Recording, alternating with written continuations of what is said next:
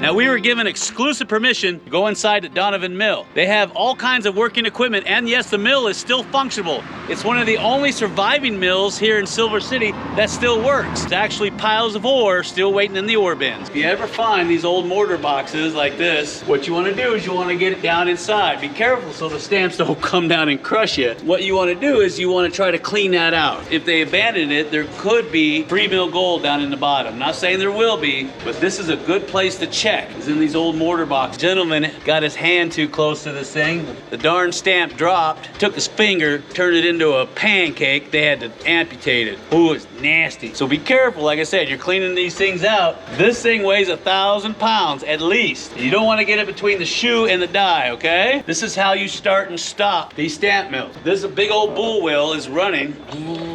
Cam is spinning.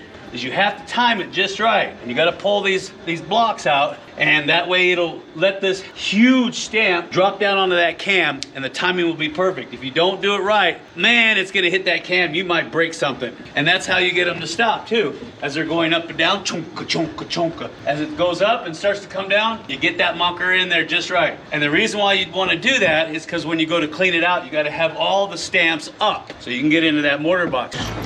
Or disengage the drum. Right? Right now it's disengaged, but it is freewheeling under its, just under drag and whatnot. So okay. I can stop the drum pretty easily. Oh yeah, with the brake. With the brake. And once I start to bring the clutch in, even with the brake engaged, oh yeah. it's going to start to turn again. That is so cool. I always like how they got the clutches on these things. That is so cool. The clutch and the brake are both wood lined. It's not asbestos, it's not brake material, it's wood. Blocks of wood. Wow. So those would have to periodically be changed out. Oh yeah. Oh yeah, they wear. Wow. But they still have good holding power even when they're wet. Holy which is a little cow. surprising. See, right now it's stopped. Yeah. Because there's a little bit of extra drag from the brake. Nice. So that it turns it. This is your story pole. Yeah, that's like a depth indicator. Correct. That's exactly what it is. So the story pole tells you the story of where the other end of the cable is at. Nice. You know, I've never seen a pole. I always see a rack going across them. And sometimes it's a dial. Yeah. Yeah. A big wide dial. This one just happens to have a pole.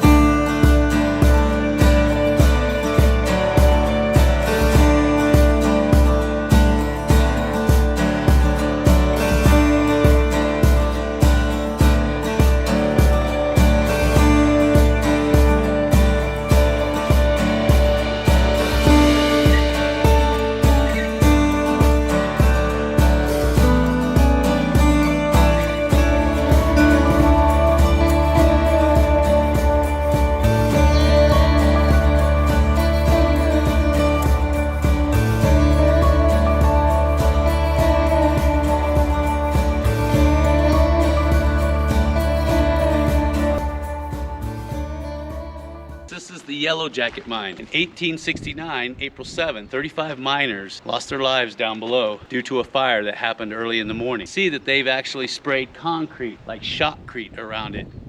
The reason why is because they were worried that the head frame would catch fire because the fire had burned for so long. They had a heck of a time putting it out. So that's why you see that coated with the concrete. This is the original Yellow Jacket mine. Just to the east, they sunk another shaft called the Yellow Jacket East.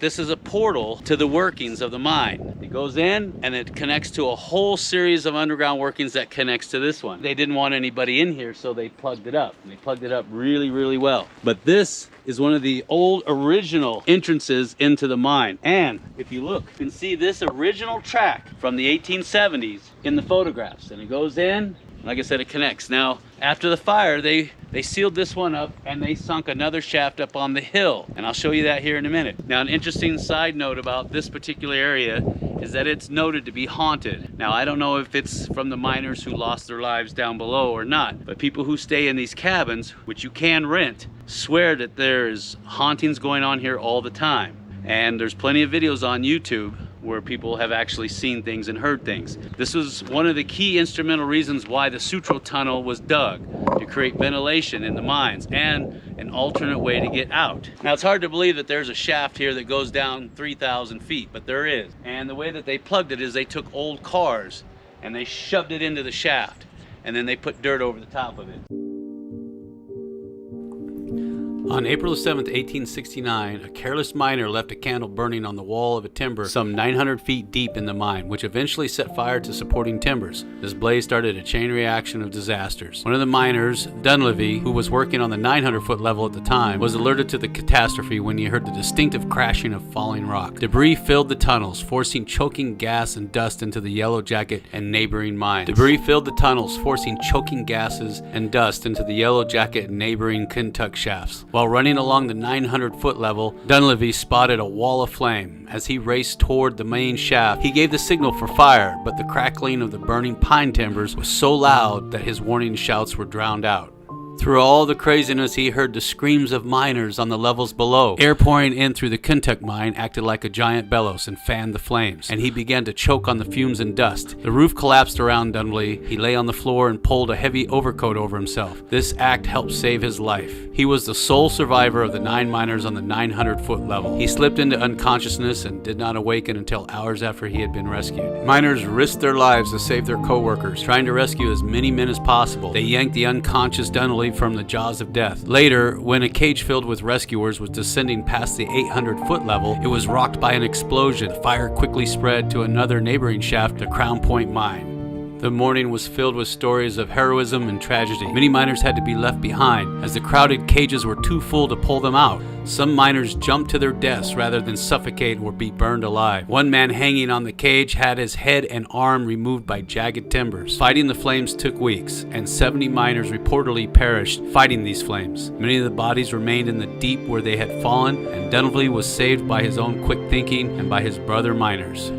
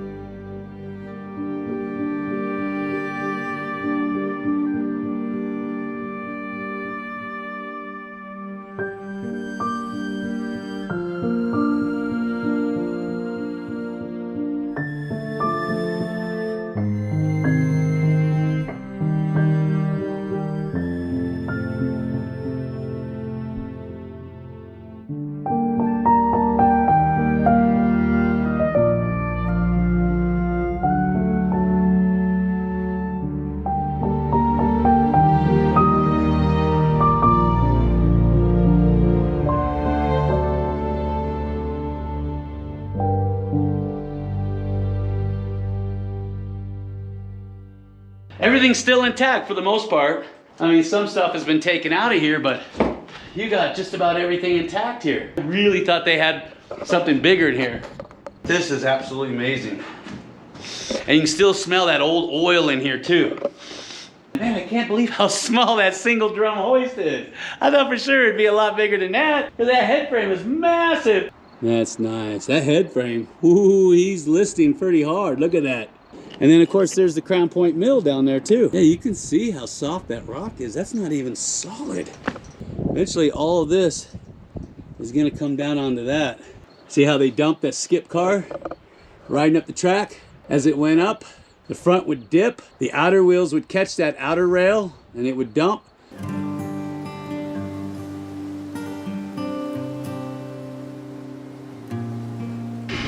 Where's the old man at? There he is. Hey, how you been? Hey, old man, how the heck are you? Good, man, good. My name's Ed. Ed? Ryan. That's right. You sure you're not, what's that other guy's name? Meatball. Meatball. I thought his name was Meatball. No, I'm just kidding. You've been doing this 45? 45 years off and on, more on than off. I think he's gonna die in here. And you? Off and on for 22 years. So these guys know what they're doing. So next time you're in Virginia City, I want you to see these guys. You take care of them, and they'll give you a ride like you won't believe. And smash that subscribe button. And yeah, smash that like button too. So you know what I'm gonna say, huh? So come on.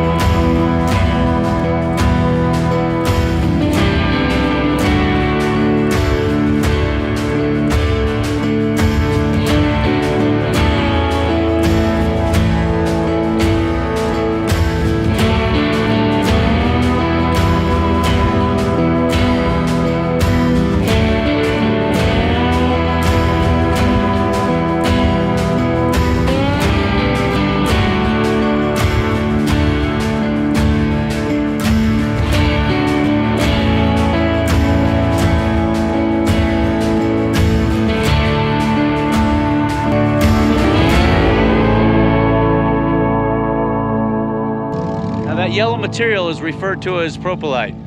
It's basically altered andesite. And a lot of the ore was actually nestled inside of that. Now, there was no rhyme or reason as to where the ore was actually at. It was like plums in a plum pudding or raisins in raisin bread. It was distributed all throughout this altered andesite. So they would constantly have to drop shafts and have raises and winzes and exploratories trying to find the rich ore bodies. Well, the C&C Shaft was responsible for finding one of the largest bonanzas ore bodies that was ever recovered on the Comstock lode. But I wanted you to see the size and scale of these mine dumps. This was all dug out by hand, okay? And this is one out of many mine dumps throughout the entire area. These are the foundations to the great C&C Shaft. Massive foundations for the pumps and the hoisting works.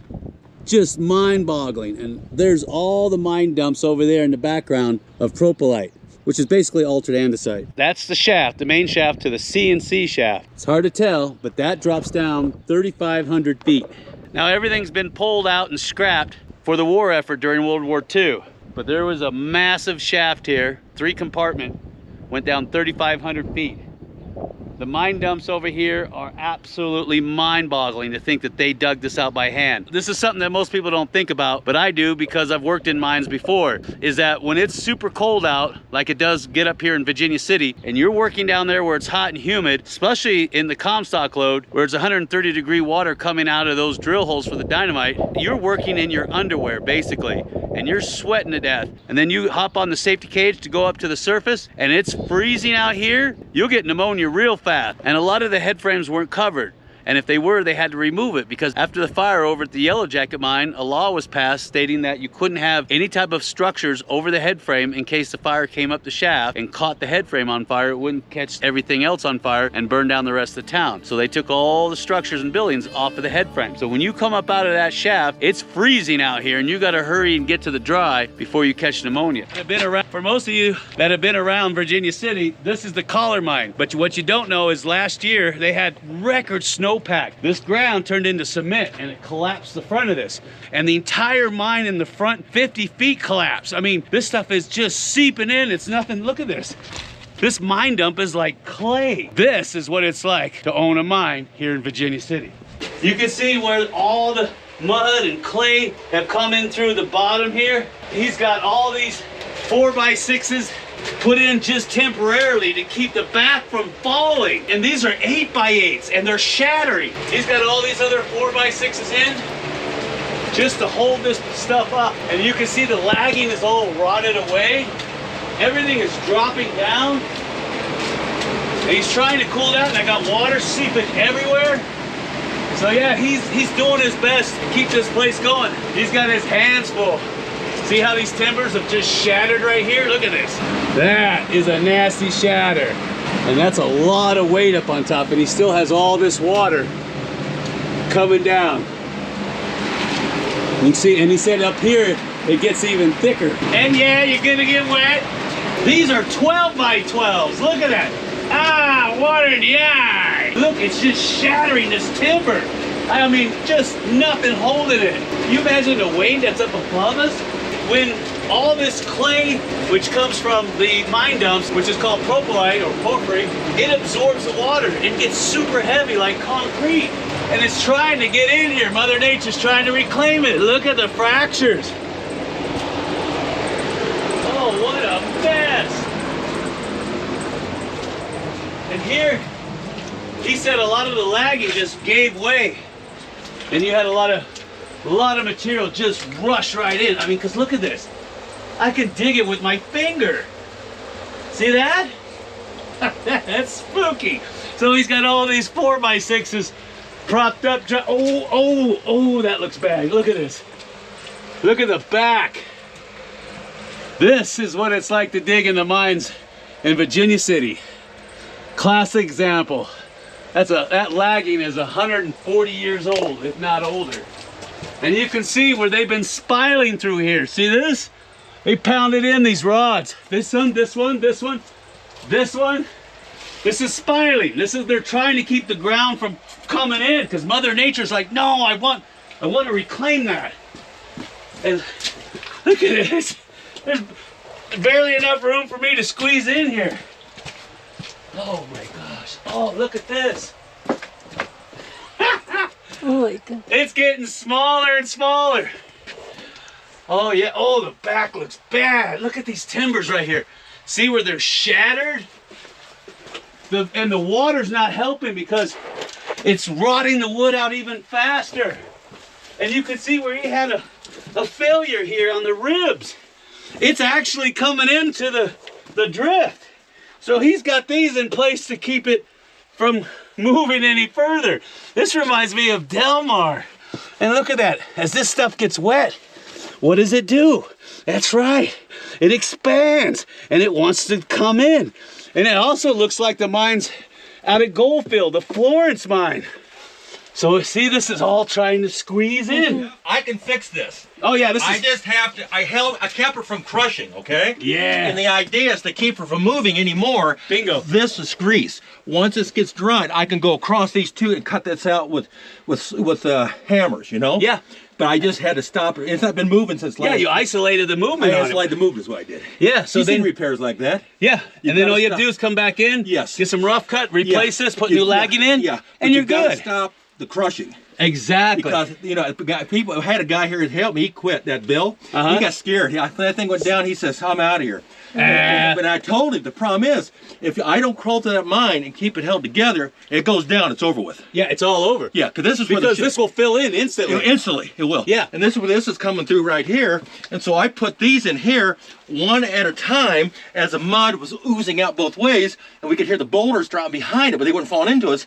We put these in to stop that flow that was just oozing both ways. Nice. It was because this You came did on good. We did good to stop it. Yeah. You know. Yeah, It you get- arrested it. Yeah, once you get past this, you're good. But I said next, this will be not at the end of the summer. I can take about a couple of days and cut all this shit out of here. Yeah. Right? No, it looks good. It's not going nowhere. It hadn't moved since I did it. No, it looks good. I'm looking at how you did it. It looks good. It stopped it. Yeah. And see here, I just had to stop this in here for now because I was scared that the water will hit me again like last year. Right. Take this something gun apart, you know. Yeah, snap that lagging and you're... Oh, it's... But yeah. the inside's good past you here. This is the worst. Nice. You did good. Good job, Andre. And I'm not a miner. I know. All the way down. Yeah, you did good getting the stuff out. This is hard to muck too You because can't it's... muck it. I had me and that young guy, and the problem is there's nobody left that will help you underground. Oh, You know, yeah. In your area, don't you have? Yeah, we got retired miners and miners who want to work. Yeah, but in this area, they're all retired. It's been too long. Yeah, they're see- too old to do this Yeah, stuff. once you make that bend, it's dry again. Nice. You can see where they're spiling through this Yeah, stuff. they had it held together. It was. This is a bad. This is headed toward the truck route. I found a bad area up there, and I had to move the dirt around and make a berm. Right. Because the water was running my way, and I stopped. That's what protected this year because I got the water rerouted along the truck route. Nice, You got to smart. get on top of the surface and work on it. Yep, so it wouldn't continue to seep. You got it. Oh, you can see where they were spiling. Remember I told you about spiling? They put these caps on so you don't hit your head on it. Oh, and look at the frosty mold. Oh, isn't that tasty looking? Look at the ground. Look how soft that is back up in there. Oh, yeah.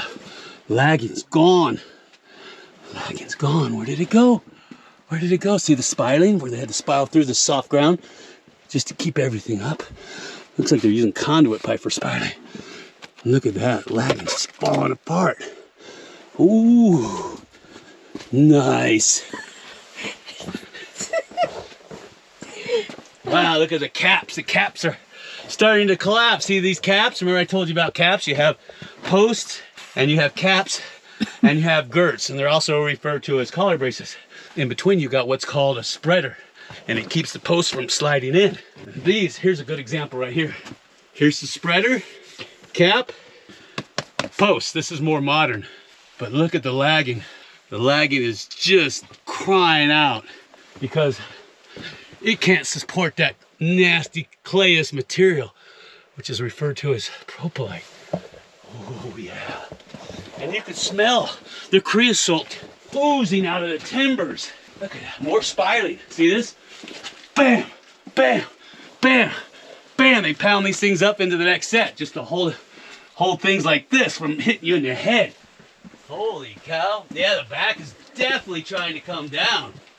And then he's got 4x6s just stacked side by side. Boom, boom, boom, boom, boom, boom. And of course, this is all temporary. Keep that in mind. So he's going to come back once this stuff dries, if it ever does, and he'll be putting these in. Okay, you got 8x8s. This is traditional size timber here, which is what you should use. Rough cut 8x8s. The 4x6s here, this is stuff that you can get at Home Depot or Lowe's, and this is just temporary to keep the ground from sagging. Because once, like he said, once it collapses and it comes down, it's all over but the crime, because it's just going to want to keep coming down.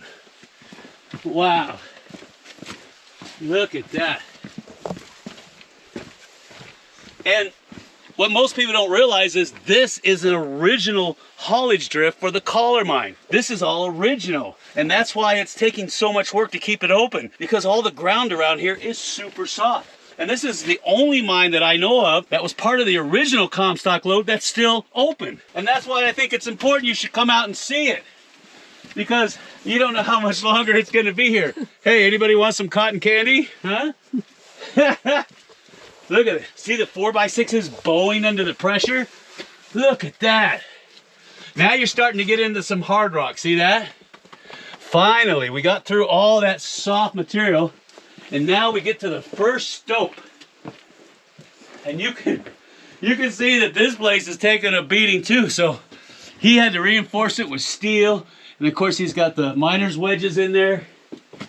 And in this stope, you can see the first sign of square set timbering. This is actual square set on the Comstock lode. You know how rare this is? And look what he's had to do. Because if you notice, this one is dropping down into the ground. So everything is just kind of sitting down slowly. And everything is got clay and mud everywhere. But at least you can stand up here. And that is the original Comstock ore. Isn't that incredible? This, oh, look at that. See? All the water, look, it's coming out. The water, see that? And this is what the miners had to go through back in the 1860s and 70s. Imagine digging this stuff out, and it's just like digging clay. Look at that, or kaolinite. But this is where they were finding those rich ore bodies in. This is the actual lode right here. This is what they're removing. But this stuff is so soft. So you move a little and you got to timber the heck out of it. That's why all the Sierras are stripped of all their wood, because it wound up down here. I mean, millions and millions of board feet. If they fail, Virginia City will go underground. And this is what you see out in the mine dumps. This is what they had to dig through to get to the ore. And this is propylite. Miners would always call this porphyry, and they'd always say, Porphyry makes gold. it's just altered andesite, so don't get caught up on all the language. This is what they were chasing right here. It's beautiful ore body. And Billy Chollar, he left this here. He went around and he dropped that winds in the floor to get up underneath this. But this is the only piece of Comstock ore that's left. Nowhere else. You'll never see it. It's gone forever. So I want you to come in here and see it. Put your hands on it. Get a feel for it. This is what the old timers went through. Now imagine back in the day, they were doing single and double jack drilling. So you get yourself a starter bit and you go to town. One twist, one twist, one twist. You twist it so A, it doesn't get stuck, and B, it makes a nice round hole for that dynamite. You get a bigger one and you do double jacking. So I'm gonna hold the drill bit and, sweetheart, you swing, okay? But don't miss, because I don't want you to break my hands, because then I won't be able to work and I'll starve to death here on the Comstock. And the Comstock, they had phones. See, he could call it for powder. Yeah, bring me in another 50 cases of powder and a 6-pack. Yeah! Get out of the mine, it's caving in! Look at this, here's another power box right here. Now usually they have this vent on, but it's not on right now, so it feels stuffy in here. Look at this. The square set's dropping slowly. I should be able to walk under this, but I can't. And this is a tugger. This is an air-powered winch. So you got a miner that would sit back here, bell would ring, this is the brake, this is the clutch. It's all air-powered, so you have an air line right here that comes in. And it would lift the skip bucket. Then he could release the clutch, engage the brake, and then lock it. You got 8x8s, 10x10s, and 12x12s in here holding this up. And look how far it's dropped. I mean, this mine will eventually be squeezed back into the earth. Can you imagine working this all day? Ding, ding, ding. Hold on, I need my 6-pack. Now the tugger is connected to a shiv wheel up there on the back, and you can see the skip bucket right here. This is the original skip bucket. Isn't that amazing? And so he's sitting back there waiting for the bells. And then that would tell him, based on this chart, 1 bell is to have a beer. 2 bells is to have 2 beers. Oh, wait a minute, I think that's wrong. So, but you can see raise, lower, hoist, all this other stuff. And every mine had it, just like I showed you in the museum. And look at the lagging. See, this is original lagging right here. Ooh, look at that monker. The lagging there, it's all busted and coming down. Oh yeah, because it's so soft. Look at that, I can dig it with my finger. And the mine keeps going and going and going that way. But you can see there's a lot of ground fall going on in there. And a lot of that lagging has seen better days. Oh man, look how they squished it up into that timber. Everything is trying to squeeze back in and come on down. And these are jack legs. This is what they use in the industry today. And then those are the rat tails. That's the fuse sticking out of the holes. So the jack legs, these are what they use today to drill the holes to load the dynamite. They're not as heavy as a burley, and you can see where you could pick up the jack leg itself. And you can see the lengths of the drill bit. See that? The neat thing about jack legs is that you didn't have to use a little tiny starter bit and then go up to a 3 or 4 footer and so on and so forth. You could start with a 6 foot or even an 8 or 9 foot. So you got 2 controls here. This is for the air, and you can hear it clicking. So you can increase or decrease the rotation of that bit. And this is for water flow right here, because it's a water flush system. And you hold on to it. So you crank that water up. So the more air pressure you get here, the more it wants to extend this one too. And these are the rat tails. This is the fuse sticking out. And look how soft this stuff is. I could dig it with my hand. See, that's all andesite. See that? So they would link all these fuses together, and they'd have a board where they could put them, and they would know which one to light first. And in the old days, they would take the carbide lamp off their hard hat and light them. But as technology increased, they use what's called a spitter. It looks like a sparkler. And light it that way. Then later, they came up with electric blasting caps. So much easier, but they had problems with electrical current strays getting into the line, prematurely detonating those caps. So today, they use what's called a non-L, non-electric cap. And it uses a little tiny shock tube. It's a plastic tube filled with PETN. And then what they do is they ignite it, and then it goes all the way down until it gets into these caps. Caps have delays on them, and then blows this. And you can see where the andesite is starting to change. See that? Starting to go into this altered zone right here. I can't even imagine what the miners had to go through back in the 1870s, 1880s, and 1890s that worked on the Comstock lode, because we're not that far underground and it's hot in here. Imagine being 3,000 feet down where the temperatures are 130 degrees and the water coming out of here is boiling. Oh man, those are horrific conditions for anybody. That's why they could only work for 10 to 15 minutes at a time. Then they had to go to an ice room where the ice blocks are, cool off for another 10 or 15 minutes, go back to work. And I'm gonna leave a link down below, so if you want, you can come out here and you can experience the Comstock lode for yourself. I know you're saying, Jeff, what's in that raise? We want to see what's in the raise. That's what's in the raise, nothing. See the incline? The incline is chock full. It used to go down about 100 feet. And you can see where the lagging is all splitting and the timbers are shattering. Look at that. Oh yeah. This one will put hair on your chest. And you can see they're doing everything they can to keep the back up. Look at that. And there's that shiv wheel, and there's the skip bucket. And he's still sitting in his original position. And you can see the trunnion sticking out the side. So it will dump, just like in our mine.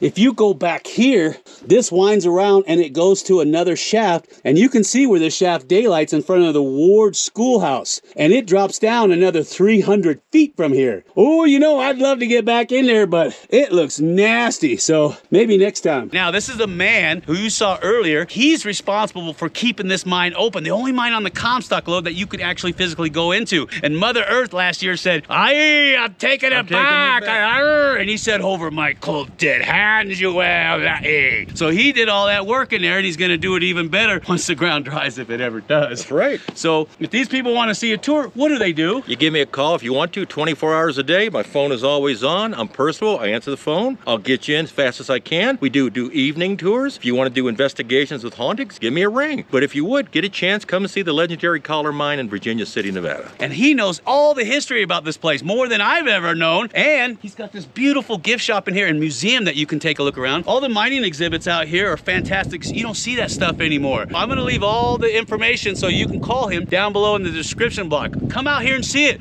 because I tell you what, if Mother Nature keeps pounding him like that, this mine won't see the world for very much longer. So you know what I'm gonna say, huh? So come on, let's go!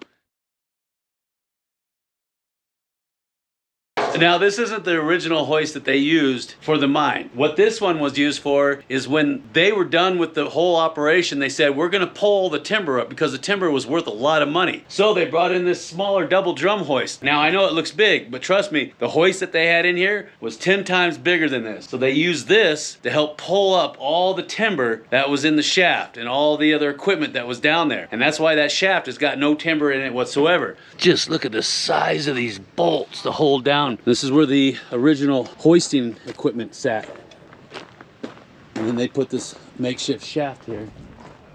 Now that's the smaller sheave wheel I was telling you about that they used to hoist up all the equipment that was down there. The original sheave wheels were much larger than that. And you can see where one was bolted here, and then they had two here, and they had another one over there.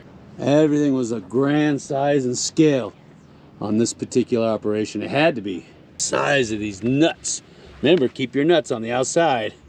There's the shaft there, 3,000 feet straight down. All right, now this big trench that you see here, this is where the Cornish pump used to sit. They had a huge arm sticking out, and you can see where the pivot was bolted there on both sides of the walls. And that's how they would get the water out of this thing from 3,000 feet. I'm gonna drop this camera 3,000 feet, and I've got over 6,000 feet of twine. So we're gonna see what's at the bottom. Hasta la vista, baby, yeah! Ooh, there it goes, bye! I did hit record, right?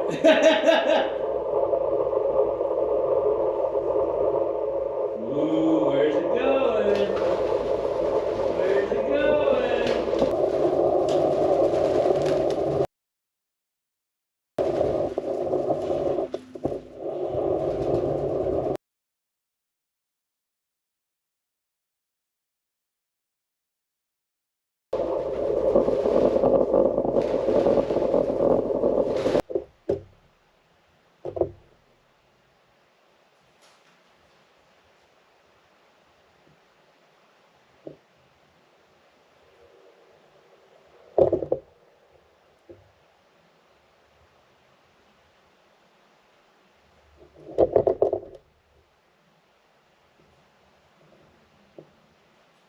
This is where they had the world's largest Cornish pump brought in. They had a 40-foot flywheel on that thing. You imagine that? 40 foot? And that's the popular photo you see all the time when you look at the Comstock load, is that big old 40-foot flywheel with a man like me standing next to the hub. Of course, the main shaft was over there, and they had the big arm on it that pivoted over those gigantic bolts over there. And it would rock back and forth, back and forth. It'd bring water up from the 2,500 foot level. You imagine this thing, putting it together? It's huge, look at the size of these bolts. And the nut on there, look at that. Oh man, it's the size of two of my fists. It's gigantic. That is huge. Now look at this, I want to show you how they anchored it. All right, see how they got the railroad track in here? And then these are the very bottom of those bolts that you see at the very top. This is how they would anchor them in. See how they're tied in? The track. There's another one there. Here's a better example right here. See that? Huge monkers. And you can see where they bored through the rock. They go all the way up. That way this thing is anchored in tight. See that? Some kind of small drift. You can see the original timbering. It looks like there was a fire right there. You see that? Oh yeah. Looks like it comes through. You can see where the wood's been burned. Those are the original timbers too. Oh, that's cool. You can see the electrical insulators. Probably a service drift to get to the shaft. Oh, that is cool. I like that.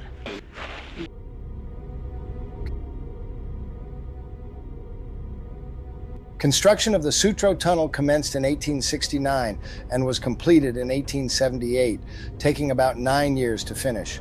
The tunnel's construction involved a workforce of approximately 1,000 men at its peak, and these included miners, engineers, laborers, and support personnel. The Sutro Tunnel is approximately 3.2 miles long and had 4 air shafts spaced approximately 2,000 feet apart along the Sutro Tunnel route. An estimated 3 million pounds, or 1,300 tons of dynamite, or giant powder as it was called, was used during the construction of the tunnel and costed approximately $5 million. Casualties on Sutro's tunnel is not well documented, but it is estimated that several dozen workers lost their lives during its construction. One such event was a fearful explosion of giant powder that occurred at the shaft house of shaft number 2 of the Sutro Tunnel, by which that building was torn to pieces.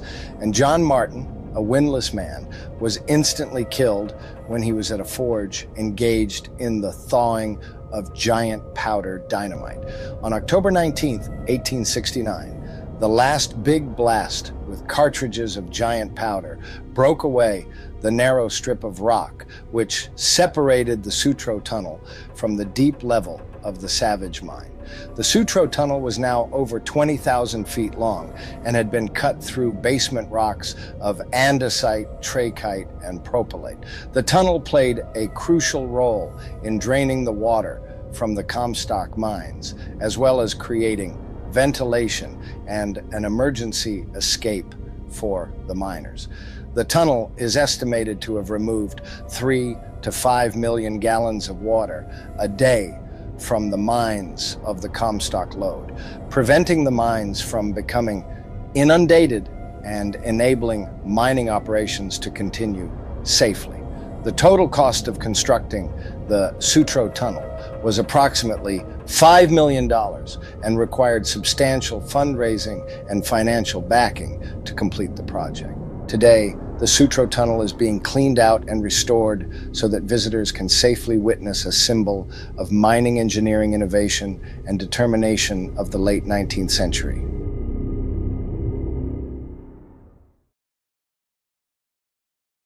This one, all you see now is just a metal grate over the top of it. There's nothing there whatsoever. Not a scrap of wood, nothing. And we've dropped cameras down that one.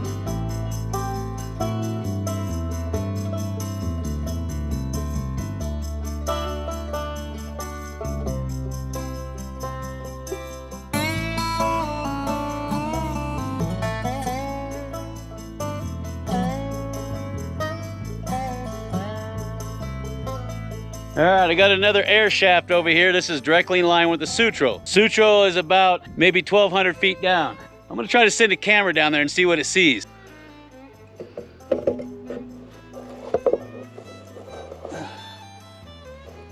that's a deep one too. That's a deep one, baby. Oh, he's deep.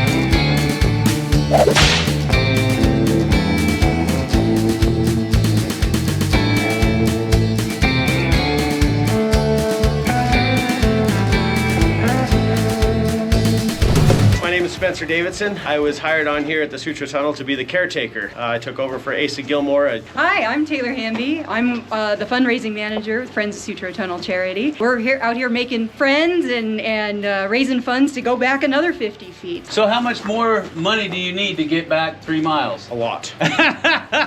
So you see the section here. Every 5 feet is $8,000. Wow. Right. And the reason why is because they had to purchase a forest. They really purchased a forest so they would have the actual wood that they used back in the old days, because the growth rings are so tight and it creates a lot of strength in the structure. Of course, the plan is to get back as far as they can. What I would love to see is them to get 3 miles in there back to the original workings where the Savage is and all the other mines that are connected that are draining, especially the combination shaft and all the branches that come off of that. That's what the goal is. Of course, that's going to require millions of dollars, and that's where you guys come in at. So we're going to get into that later. This is for single jack drilling. It's a block that they made for a contest. This is the Mackie Muckers setup.